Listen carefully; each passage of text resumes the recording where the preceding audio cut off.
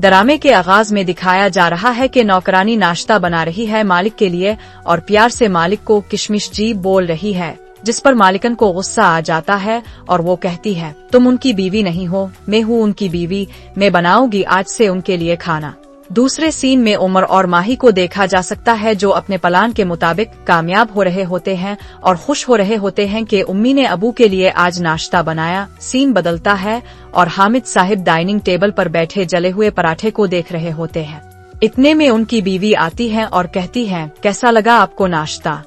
मैंने अपने हाथों से बनाया है। जिस पर हामिद साहिब का जवाब होता है, ऐसा लग रहा है जैसे रबल खा रहा हूँ, इम्पोर्टेड रबल। जिस पर सलीका बेगम नाराज हो जाती है, मैं सुबह 6 बजे से आपके लिए नाश्ता बना रही हूँ और आपको वो रबल लग रहा है। इतनी ही देर में नौकरानी भी आ जाती है और कहती है, ये जला हुआ पराठा खा रहे हैं मेरे किशमिश जी, मैं अभी आपके लिए लच्छीदार पराठा बना कर लाती हूँ। सीन बदलता है तो देखा जा सकता है कि तलहा के वालिद कॉल पर बात कर रहे होते हैं। कॉल खत्म करके वो तलहा से कहते हैं, रोशी के वालिद की कॉल थी, रोशी की शादी हो रही है इस जुमा को। ये सुनकर तलहा के पैरों तले जैसे जमीन निकल जाती है।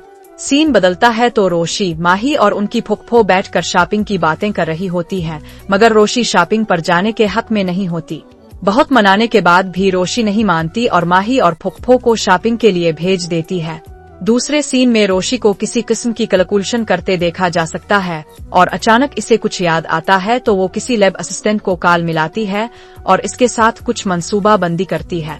अगले सीन में रोशी का होने वाला शौहर अपने दोस्त के साथ बैठा परेशान हो रहा होता है। रोशी आखिर किस तरह शादी के लिए मान गई?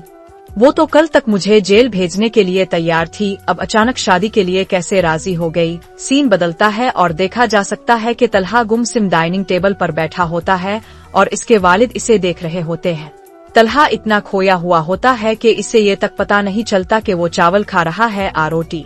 अगले सीन में घर को सजते हुए देखा जा सकता है। शादी की तैयारियां उरूज पर होती है। रोशी के दादा भी शादी की तैयारियों की निगरानी कर रहे होते हैं। इतने में रोशी अपने दादा से मिलने आती है तो दादा रोशी को देखकर खुशी से हैरान हो जाते हैं। तुम बहुत प्यारी लग रही हो। वो इसके पैरों में बैठकर इसे खूब प्यार करते हैं और इसकी अगली जिंदगी के लिए दुआएं देते हैं। रोशी अपने दादा से कहती है, आपको परेशान होने की जरूरत नहीं, मैं अपना ख्याल रख सकती हूँ, मेरा कोई कुछ नहीं बिगाड़ सकता। फिर वो अचानक पूछती है, दादा ये बताएं कि बेवा का अपने शौहर की जायदाद में कितना हक होता है? ये सुनकर दादा चौंक जाते हैं और कहते हैं, ये कैसी बातें कर रही हो? जिस पर रोशी बात को जुमा देती है, मेरी दोस्त की बहन बेवा हुई थी तो बस मैं इसीलिए पूछ रही थी। अगले सीन में रोशी को ढूंढते हुए इसकी खाला और माही कमरे में आती है।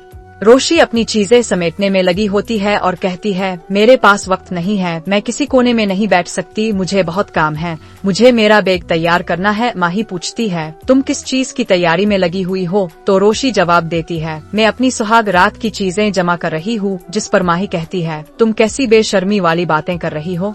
अगर आपको वीडियो पसंद आई तो बरा करम हमारी मेहनत को सराहें, लाइक करें और सब्सक्राइब करें।